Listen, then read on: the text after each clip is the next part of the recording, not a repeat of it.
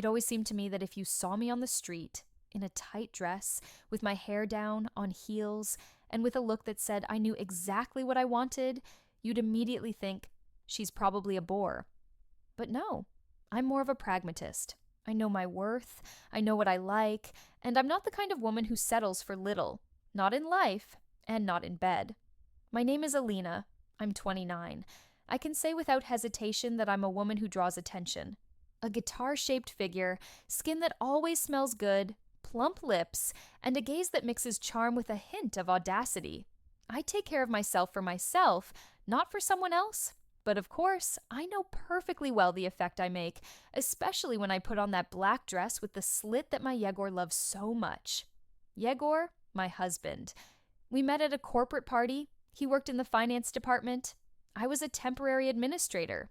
He offered me a glass of wine, and among all those suits and ties, he was the only one who could smile with his eyes.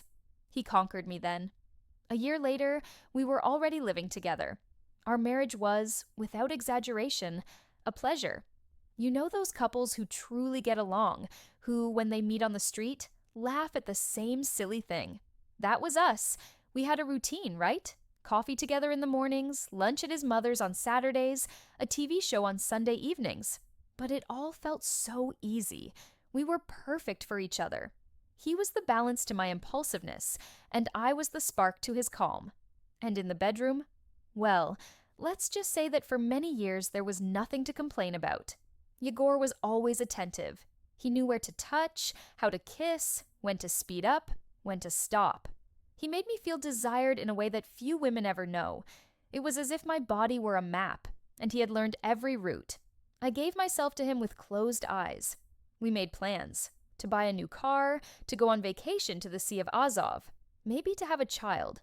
Although I was still delaying that question, I said I wanted to enjoy a few more years, just the two of us. He laughed, called me selfish, but deep down he liked the idea that I belonged only to him. Even after 7 years of marriage, I still dressed up for him, arranged surprises, bought new lingerie, left spicy notes on the bathroom mirror with lipstick. Sometimes he came home from work and found me wearing only a sheer nightgown and with an open bottle of wine. And of course, he liked it. He was never cold, never one of those who turn into a roommate. We still made love with such passion. That's why when everything started to change, it was even stranger, because unlike many couples, it didn't happen because of a lack of love or attention. Everything with me was fine, even too fine. And perhaps that was the problem. When everything seems too perfect, we relax, we stop noticing the world around us, we think nothing will ever change. But things always change. And then, one ordinary Tuesday, which seemed to promise nothing, came the first spark that went beyond the routine. Something insignificant, a small detail that gradually grew. But I'll tell you about that later. For now, you need to know that I was an absolutely happy woman, with an attentive husband who made me laugh and reach climax. And yet life decided to turn my story upside down.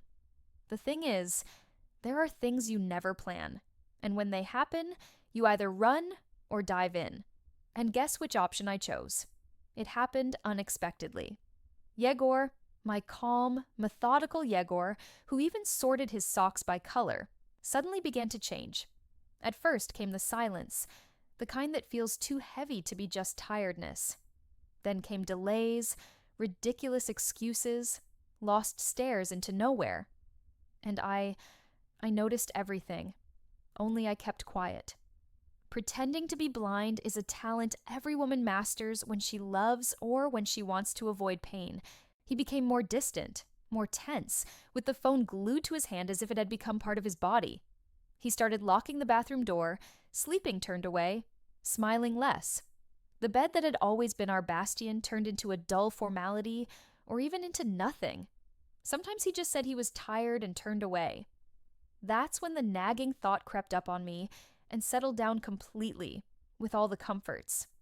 And when I decide to find something out, my dear, it's only a matter of time. The opportunity came by itself. He forgot his phone on the sink while taking a shower. I even hesitated, but curiosity is stronger than reason. And there, in that unlocked phone, were all the answers he never gave me aloud. I went into messages and immediately opened the contact saved as R. That single letter already seemed suspicious to me. When I opened the chat, a chill ran down my body. That R was neither a work colleague nor an old friend. It was a harsh, direct, dangerous demand. The last message said, "You've been stalling too long. Either you pay by Friday or we'll talk differently, period." I began scrolling through the conversation, trying to grasp how serious it was. There were absurd amounts, incomplete transfers, broken promises. He owed a lot, more than 50,000 hryvnias. I hadn't even suspected he had access to that kind of money. And then everything fell into place. The stress, the disappearances, the lost look. But that wasn't what paralyzed me. The next message, sent that same morning, made me freeze. "By the way, I saw your girl's profile on social media. A treat. And if you want, we can work out a nice discount just for the chance to try that body." I stopped breathing for a few seconds. I read it again. Yes, that was it. That scoundrel had used my name, my body, as an item of trade, like meat. Nausea engulfed me, a mix of disgust and fury. My blood boiled, my palms sweated, and worst of all, the message was opened. Yegor had read it and didn't reply. "Respect my wife." No, he just left it unanswered. That meant he read it and thought. Maybe he didn't agree, but he considered it, and that alone was unforgivable. I snapped the phone shut and returned to the room with a face colder than the bathroom tiles.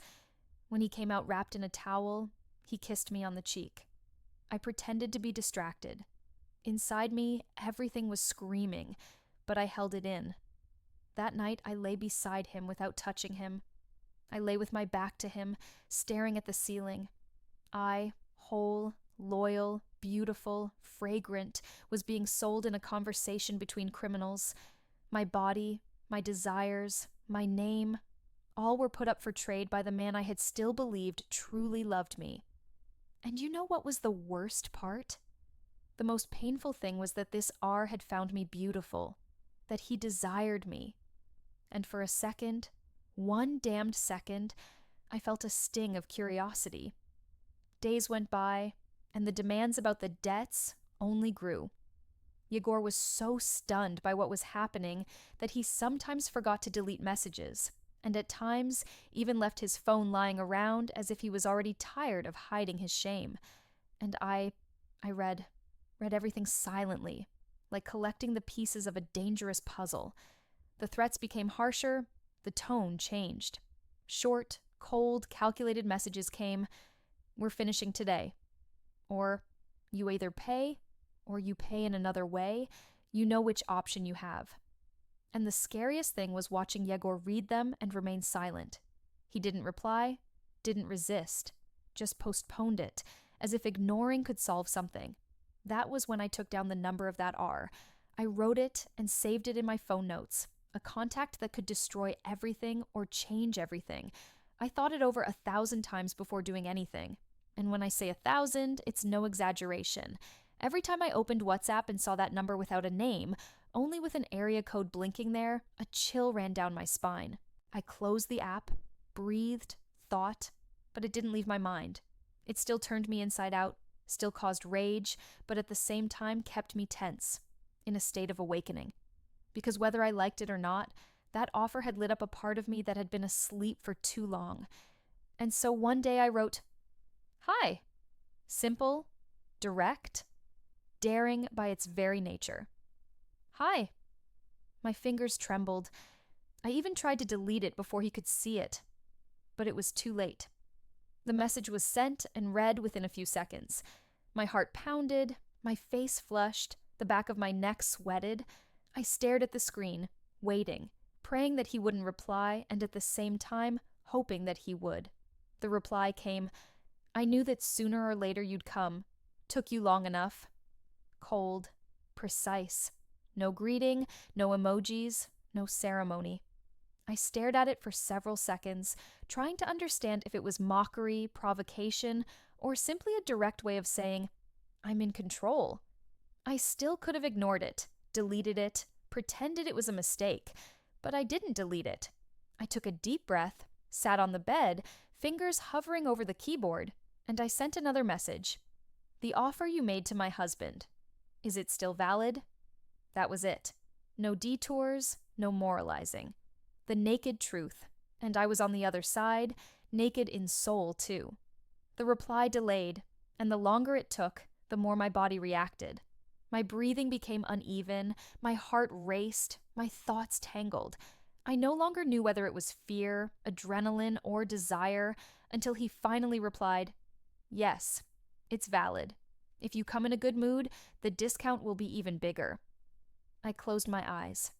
For the first time in my life, I was in the position of the one making the decision. Not the one asking, not the one obliged, but the one choosing. And right there, alone, with the phone in my hand, I realized the power I carried in my body, in my voice, in my attitude, I didn't yet know what I would do, but I knew I had already crossed the line, and there was no way back. After our conversation, he didn't insist. He was direct and objective. I asked for time to think, to gather my thoughts, and no matter how much I pretended to myself that I was still hesitating, the decision had already been made. It wasn't out of love, and it wasn't out of sacrifice. It was for me. I wanted to take control into my own hands, to do it my way, in my own time. A short pause. If you like this story, support me with a like, subscribe to the channel, and activate the bell. And tell me in the comments whether you really like it and where you are watching from. And then came that hour on a stifling Wednesday when it seemed the city was melting together with the remnants of someone's morals. That day, I opened the phone with firm hands, without hesitation. I wrote, "Today, 1800 hours. Send the address, period." He replied in less than a minute, as if he had been waiting for this very first one. "Hi." He sent me to the address, not a roadside motel, but a secluded apartment, the kind where no one asks questions and everything is paid in cash. I closed the chat and set the phone aside. I looked in the mirror and took a deep breath. If you're going to do it right, in your own way. This would be one time, but it would remain in his and my memory. I woke up early that day and first of all went to a tanning session. I needed the perfect tan line, the kind that leaves no doubt where desire begins and ends. I came out of there with skin that burned, but had taken on a shade to be envied. A stripe at the right height, covering only the very tips of the mounds, provocative and at the same time, Naya. Below only a thin stroke, a barely noticeable line that hid the petals, as if saying, "You can look, but only if I allow it." I returned home, walking slowly, as if I were carrying a secret inside me. I turned on music, went into a hot shower, and stood there, feeling the water slide over my new tanned living skin. I used my best moisturizing cream, the one that leaves the skin radiant, first with a sweet scent, and then with a deep woody trail. Step by step, I was turning into the woman whom he thought he wanted, not knowing that now the control was in my hands. I applied my makeup carefully, but without excess, emphasized lips, eyeliner on the eyes, long eyelashes. I let my hair down, making the waves deliberately careless, as if I had just woken up and was beautiful exactly like that. I chose black lace lingerie, the kind that shapes the body and keeps everything in place. On top, a light short dress with a zipper in front, which is easy to unzip and even easier to provoke. When I looked in the mirror before leaving, I almost desired myself, and, I admit, goosebumps ran over my body at the very thought of what lay ahead. I took a taxi with the naturalness of a person going for a manicure. My heart was calm, my legs crossed, my gaze directed into the distance, but inside a volcano was boiling. The address was discreet, as he had promised. The porter barely glanced at me. I went up in the elevator to the floor indicated in the message. The door was already ajar, like an irrevocable invitation. I took a deep breath for the last time and entered. The door was ajar. It was enough to push it with my fingertips, and it slowly slid open, revealing a quiet apartment with dim light and the smell of wood mixed with men's perfume. He stood leaning against the American-style kitchen counter with a glass in his hand, in a half-unbuttoned black shirt, with rolled-up sleeves, with a hard gaze. He didn't even say hello. He just looked me over from head to toe with the calm of a man who knew exactly what to do with all that which had appeared before him. I carefully closed the door behind me. The heel echoed on the wooden floor, and for a moment that was the only sound in the room. I stopped, allowing him to look at me. It was part of the game, and I played well. A black, tight dress, a zipper in front, a still fresh tan line, fragrant skin, painted eyes. I was ready to be remembered. He approached slowly, as if he had all the time in the world. He walked past me without touching, but close enough that I felt the warmth of his breath on my shoulder. He quietly whispered in my ear, "You're even better than I imagined." I crookedly smiled with a smile that said, "I know." He put his hand on my waist firmly, hotly, then slid down to the zipper of the dress and began to pull it very slowly. The sound of the opening fabric made my body shudder. I said nothing. I just closed my eyes and let it happen. When the dress fell, I was left in only my underwear, and he stood looking at me as if before him there were a work of art or a sin that was about to be committed. He ran his hand along my thigh, moved up, tracing the body as if memorizing every curve with his fingertips. I was trembling, but not from fear, from the realization of my power. I knew what I was doing. He easily lifted me in his arms, as if he were carrying something precious and at the same time dangerous. He carried me to the sofa, gently but without tenderness, laid me down. There was no place for delicacy here, only pure, rough, immediate desire. He sank to his knees before me and began to caress my belly very slowly, kissing my tanned skin with a hot tongue. When he reached the thin bikini line, he stopped, looked into my eyes, moved the fabric aside, and first inhaled the scent of the little flower before getting lost there. And he smiled the sly smile of a man who knew he had already won. "It will be hard to forget you, you know." "That's the plan," I whispered, pulling him by the shirt. After he took his fill as a man who had waited a long time, it was my turn to respond in kind. I went down slowly, without haste, looking into his eyes, savoring the moment as if it were a gift wrapped only for me. My mouth now fell silent, filled with volume, feeling every pulsing centimeter. I set the rhythm. It was my turn to control. I stayed there, between provocations and glances, until he pulled my face with firmness, gasping, and whispered, "Now I will enter." And I allowed it, but in my own way. His touches knew where to go, what to provoke, and to what degree they could keep me on edge. The rest of the fabric was removed in haste, but not without intent. Every part was explored as if it were a new land just discovered. He dominated me, but did not control me. I was there because I wanted to be, because I chose it.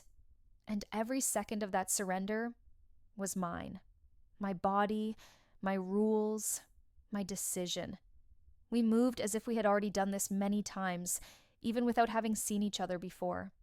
As if our bodies spoke a mute language consisting only of breath, restrained moans, and blazing looks. When he decisively turned me, holding my waist with hot and determined hands, and quietly, with desire, whispered in my ear, "Now it is time to collect interest." At that very moment my body shuddered. I knew exactly what he was talking about, and he knew that I knew too. The pressure of his hands guiding me, the way he moved without haste but with such hunger that my heart pounded. From behind the heat was even stronger, hard, precise, making my whole body react, ask for more. I closed my eyes, bit my lips, and arched my back, making it clear that I accepted, that I wanted, that the interest would be paid with pleasure. And he collected every cent. After everything, he held me in his arms for a while. Absolute silence, only the sound of our still uneven breathing. His hand slowly slid along my hair, then along my shoulder, then along the curve of my waist. I rose slowly, went to the bathroom, washed my face, looked in the mirror. I was different. Not regretful, not ashamed, transformed. I put the dress on again, zipped it up, touched up my lips, refreshed the perfume. Before I left, he looked at me and said, "You saved his skin, but tonight I will be the one to dream about it." I did not answer. I just smiled. I left the apartment with a firm step and my head held high. In the purse, not a single receipt. On the body, not a drop of guilt. Only a secret. And the most curious thing, he never sent messages again. It was not good. No, let's repeat. He disappeared as if he had never existed. Yegor also never found out.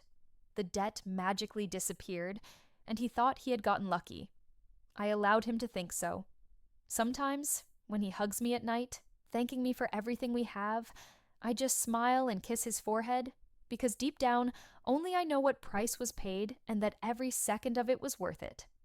And that is all for today. This story has come to an end, but if you click on the video here, you will find more stories like this. I thank everyone who left a comment. Do not forget to like to help the channel and to subscribe so as not to miss my next videos.